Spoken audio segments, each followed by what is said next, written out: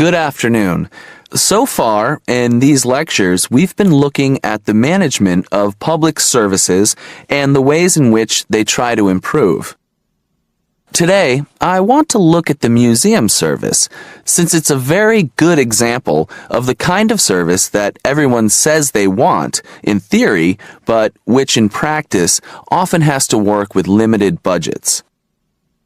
The key aim of most museums today is to make themselves more effective. In the past, a museum might simply collect and organize old objects and display them in glass cabinets. Often, these displays didn't change from one year to the next and simply got bigger as the museum bought more exhibits. However, falling numbers of visits to museums taught managers that bigger wasn't necessarily better, and that museums had to adapt to deal with a changing world. Museums have learned that they need to offer a greater variety of services for people in their local area to choose between. They also need to reach as wide an audience as possible and need to find innovative ways of getting people through the door who we perhaps wouldn't think of as traditional museum visitors, children, for example, or people from various ethnic backgrounds. Museum managers often don't have the funding to do very much about the buildings they manage, but they can do a lot about the experience of visiting those buildings. A lot depends on the staff, of course, however big or small the team running the museum may be. But there are also relationships outside the museum which have a large effect. Rather than work alone, good museums these days work very closely with local councils and businesses. Before you hear the rest of the talk, you have some time to look at questions 4 to 10.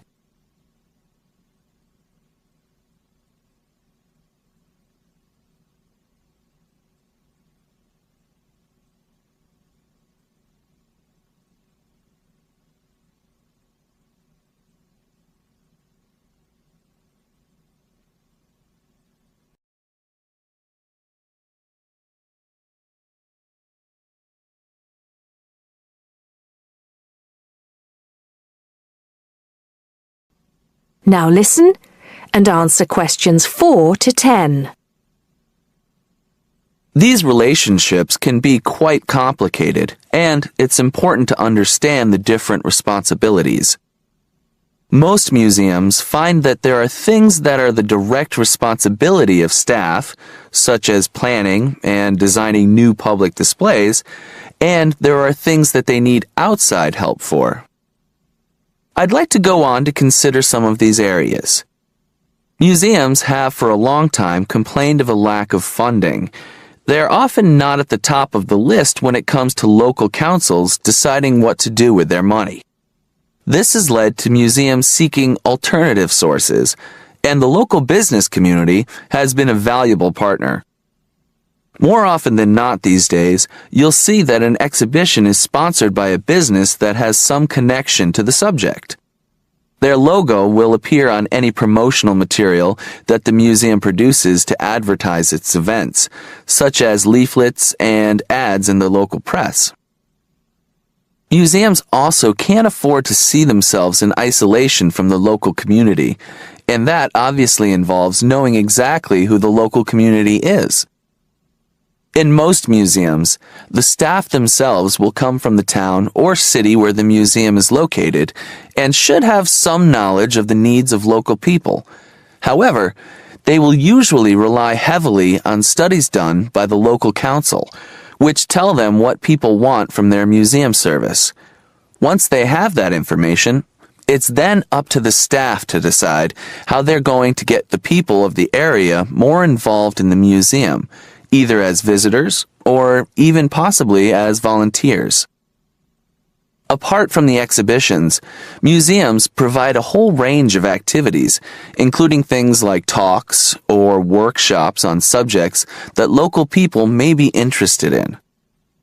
The museum staff probably lack the expertise to talk on many subjects, and so it usually means inviting speakers from different places, possibly even from different countries. This is exactly the kind of thing that museums will try to do in partnership with companies from the local area, who are often willing to pay for speakers if their brand name is displayed at the event. Museums, of course, need various well-maintained buildings. It's important that people can access the museum services easily and comfortably, and it will usually be the local authorities who are responsible for that. This funding is, of course, ultimately provided by local people through their taxes. That is the end of part 1. You now have half a minute to check your answers.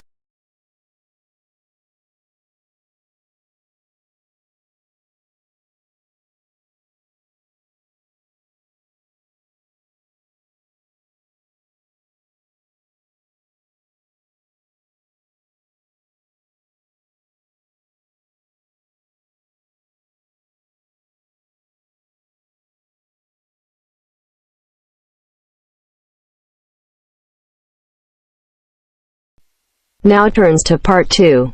Part 2. Listen to the news report about a robbery and then complete the notes from the detective's notebook. First, you have some time to look at questions 11 to 17.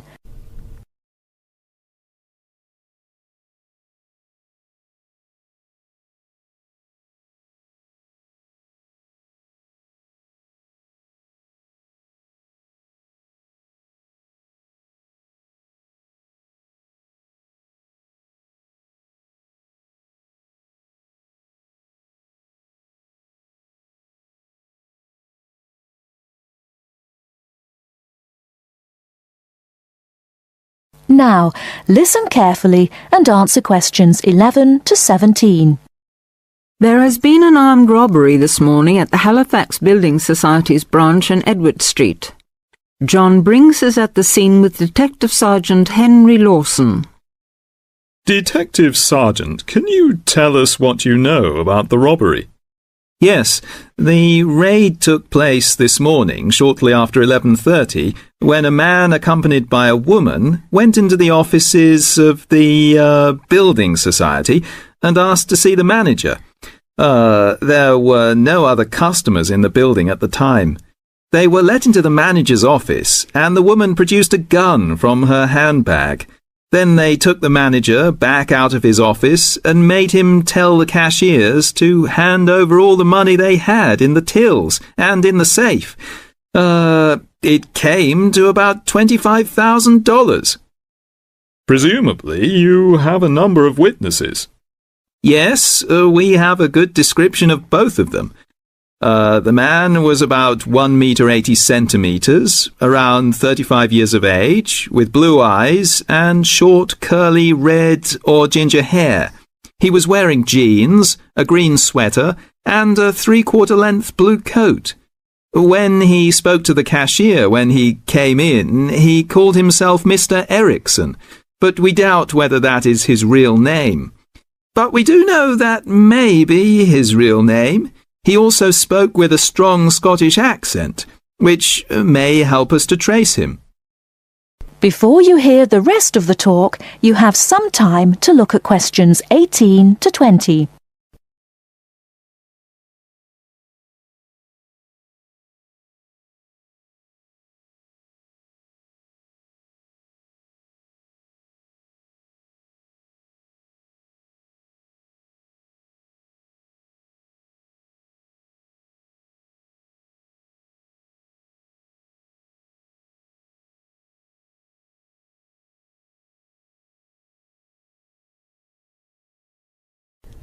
Now listen and answer questions 18 to 20.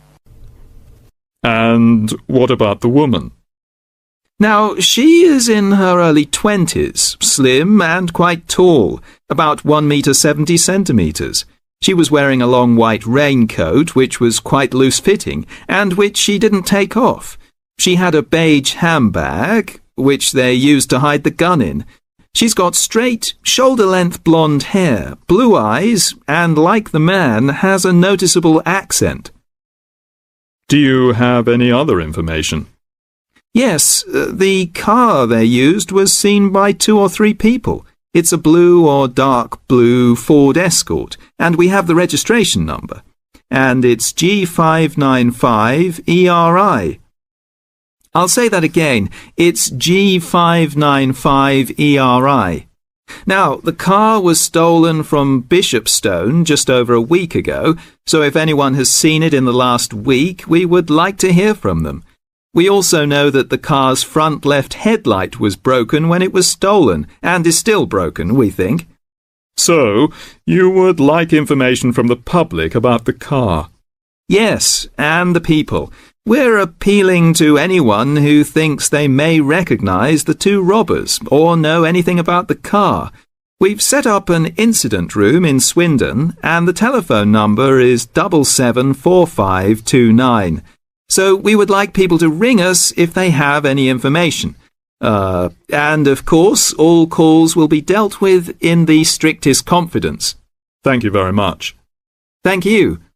And the number again, if you have any information, is 774529. And now back to the studio. That is the end of part 2. You now have half a minute to check your answers.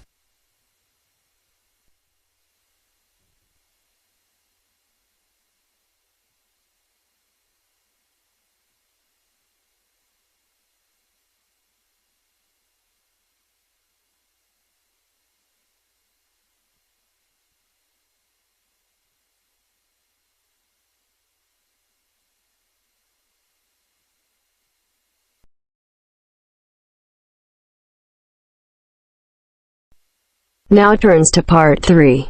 Part 3. You will hear part of a talk about attending a science festival. First, you have some time to look at questions 21 to 25.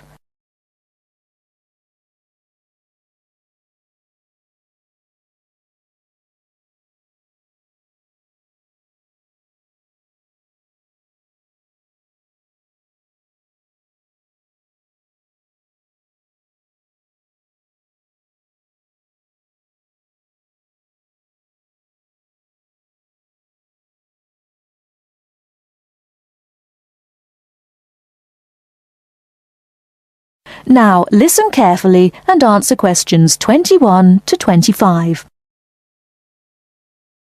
Now, I think nearly all of you have received confirmation of your school placements for next term, and as part of your activities, we will be asking you to take responsibility for promoting a school visit to the Norchester Science Festival. Of course, the head of science at your school will be aware of the festival and should have all the details of it. But all the heads of science at your schools will be looking to you to be the main organiser and motivator of a visit to the festival. They'll give you the documents you need. We hope that you will motivate pupils at your schools to take an interest in the festival.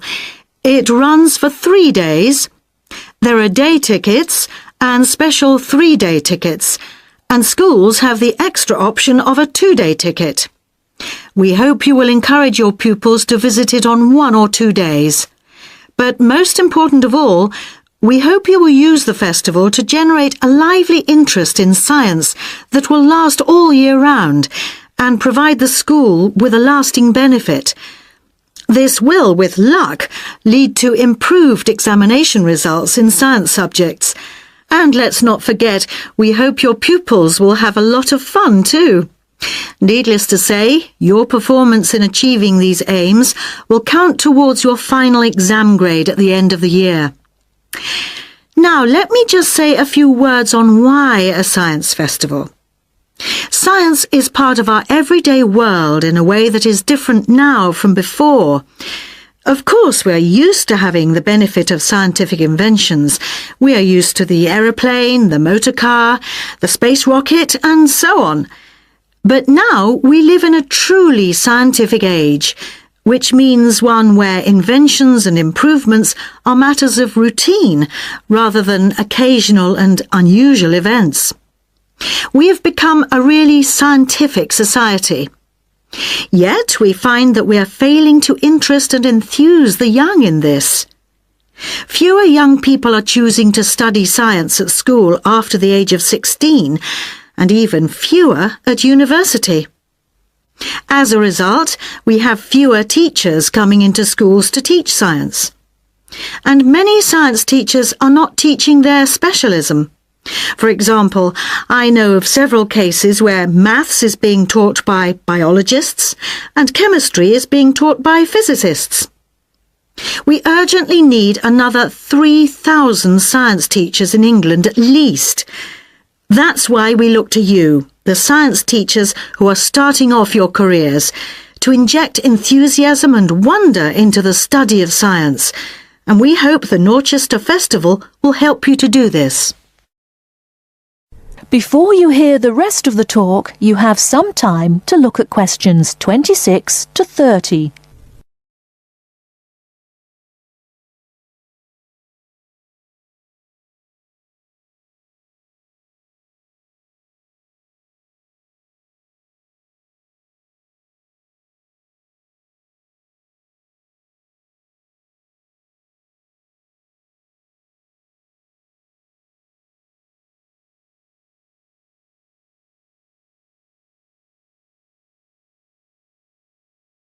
Now listen and answer questions 26 to 30. Now, enough of the background. What about the festival? There are 3 main venues where the festival events take place. These are the Millennium Library, the Town Hall, not the Town Hall itself, but the Town Hall Conference Centre, and the Norchester Theatre. Now, when you are planning your visits, remember that many of the activities for younger pupils will be at the Millennium Library, and the secondary school pupils may find more to interest them in the Conference Centre. Now, just so that you have some immediate information, I'd like to mention a few of the events that are taking place this year. One event of special interest to people living in this area is called Waterworld. This is a clay model of the southeast of England, and the presenters show you the effects of rising sea levels as a result of climate change. They ask the audience to select the rise in sea level, for example 20 or 40 or 60 centimetres, and the model shows the places that would be flooded as a result. Watch out for your town. Does it sink or does it swim? Transport 2050 is about transport options for our towns in the future. A number of experts will introduce the topic, and then everyone at the event will have a chance to speak and give their views. Science in a Suitcase is a comedy act by 2 scientists who do crazy experiments and sing songs and play the clown to large audiences every afternoon. I'm particularly looking forward to that one, which should be entertaining. Ropes and Hangings is an interactive event which will be of interest to young people, in which, after experimenting with ropes and bricks, they build a real suspension bridge. That kind of hands-on activity is always really popular. And, appealing to a different audience, there is Paper and Time, in which some experts will be showing us the techniques they use for the conservation of ancient books and manuscripts. This will obviously not be for everybody, but it should be interesting just to see how they do it. Now, let's move on to tickets and transport to the festival. That is the end of part 3. You now have half a minute to check your answers.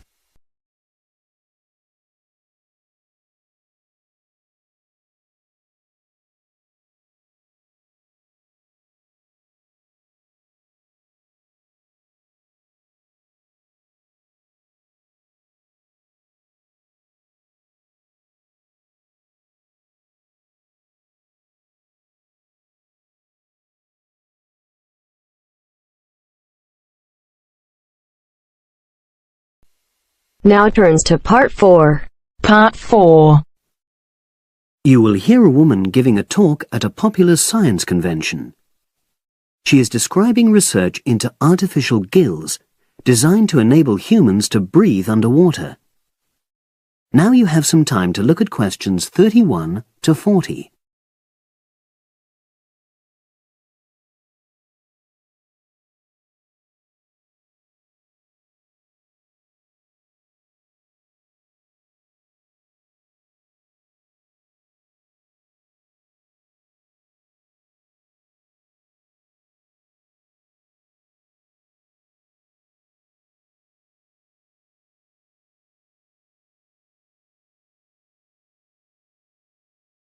Now listen and answer questions 31 to 40. In my talk today, I'll be exploring the idea of artificial gills. I'll start by introducing the concept, giving some background and so forth, and then I'll go on to explain the technological applications, including a short, very simple experiment I conducted. Starting with the background.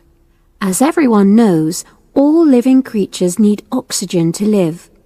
Mammals take in oxygen from the atmosphere by using their lungs, and fishes take oxygen from water by means of their gills, which of course in most fishes are located either side of their head. But human beings have always dreamt of being able to swim underwater like the fishes, breathing without the help of oxygen tanks. I don't know whether any of you have done any scuba diving, but it's a real pain having to use all that equipment. You need special training, and it's generally agreed that tanks are too heavy and big to enable most people to move and work comfortably underwater. So scientists are trying a different tack. Rather than humans carrying an oxygen supply as they go underwater, wouldn't it be possible to extract oxygen in situ? That is, directly from the water while swimming. In the 1960s, the famous underwater explorer Jacques Cousteau, for example, predicted that one day surgery could be used to equip humans with gills. He believed our lungs could be bypassed and we would learn to live underwater just as naturally as we live on land. But of course, most of us would prefer not to go to such extremes. I've been looking at some fairly simple technologies developed to extract oxygen from water, ways to produce a simple, practical artificial gill, enabling humans to live and breathe in water without harm. Now, how scientists and inventors went about this was to look at the way different animals handled this. Fairly obviously, they looked at the way fishes breathe, but also how they move down and float up to the surface using inflatable sacs called swim bladders. Scientists also looked at animals without gills, which use bubbles of air underwater, notably beetles. These insects contrive to stay underwater for long periods by breathing from this bubble, which they hold under their wing cases.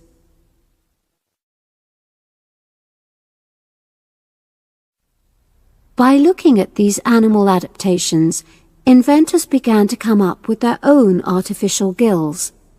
Now, making a crude gill is actually rather easy, more straightforward. You take a watertight box, which is made of a material which is permeable to gas, that is, it allows it to pass through inwards and outwards. You then fill this with air, fix it to the diver's face, and go down underwater. But a crucial factor is that the diver has to keep the water moving so that water high in oxygen is always in contact with the gill, so he can't really stay still. And to maximize this contact, it's necessary for your gill to have a big surface area. Different gill designers have addressed this problem in different ways, but many choose to use a network or lattice arrangement of tiny tubes as part of their artificial gills. Then the diver is able to breathe in and out. Oxygen from the water passes through the outer walls of the gill, and carbon dioxide is expelled. In a nutshell, that's how the artificial gill works. So, having read about these simple gill mechanisms, I decided to create my own. I followed the procedure I've just described, and it worked pretty well when I tried it out in the swimming pool. I lasted underwater for nearly 40 minutes. However, I've read about other people breathing through their gill for several hours.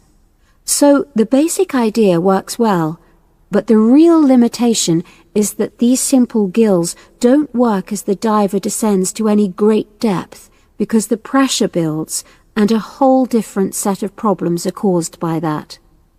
Research is being done into how these problems might be overcome, but that's another story, which has to be a subject of another talk. Despite this serious limitation, many people have high hopes for the artificial gill, and they think it might have applications beyond simply enabling an individual to stay underwater for a length of time.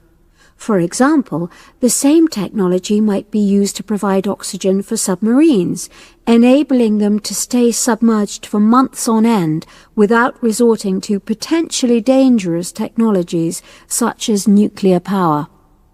Another idea is to use oxygen derived from the water as energy for fuel cells. These could power machinery underwater, such as robotic devices.